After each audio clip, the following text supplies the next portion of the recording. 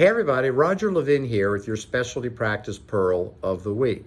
Here's a syndrome you may not have thought of, and it hurts your referral marketing and referrals. When patients don't accept treatment, referring doctors are not happy. Now, if one patient doesn't accept treatment, not a big deal. 2, maybe 3.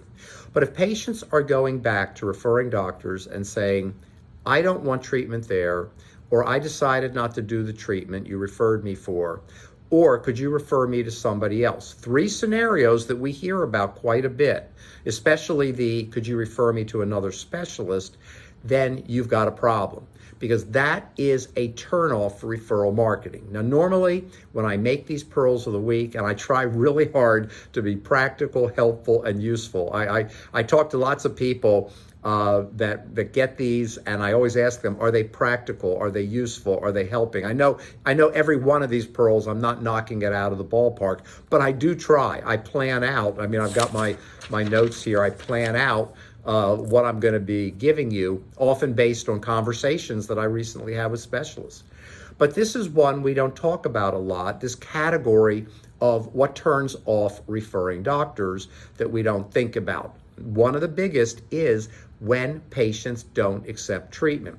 They didn't like the way they were treated by your front desk staff. Because front desk staff are so busy, once in a while, we don't give that wow factor customer service, which was the name of a book I wrote, a training guide on customer service. We don't give that wow factor customer service, wow every patient, because we're swamped and we're chaotic sometimes, and some of you are emergency based, etc. Secondly, the patient sees something about the office they don't like. We've heard everything from a reception room, and we got to see this, by the way, because they became a client by coincidence later. The reception room looked like a really rundown bus station, or worse. I mean, wood was peeling off the walls, the table. Well, that sends a message to patients that their quality here is not good. Third, dirt. When I say dirt, we get reports, that, the staff didn't look good. There were stains on their scrubs. The equipment looked old. Now, most of you don't have that, so that's good. But what you do have is, how do you present treatment? How do you justify your fees? How do you create a sense of value? People will pay for what they value, and we have to work to make sure we don't become just routine and routinized and boring in our case presentations. So if you need to be tracking case acceptance, not only for your own knowledge and production and income, but what message are we sending back to referring doctors?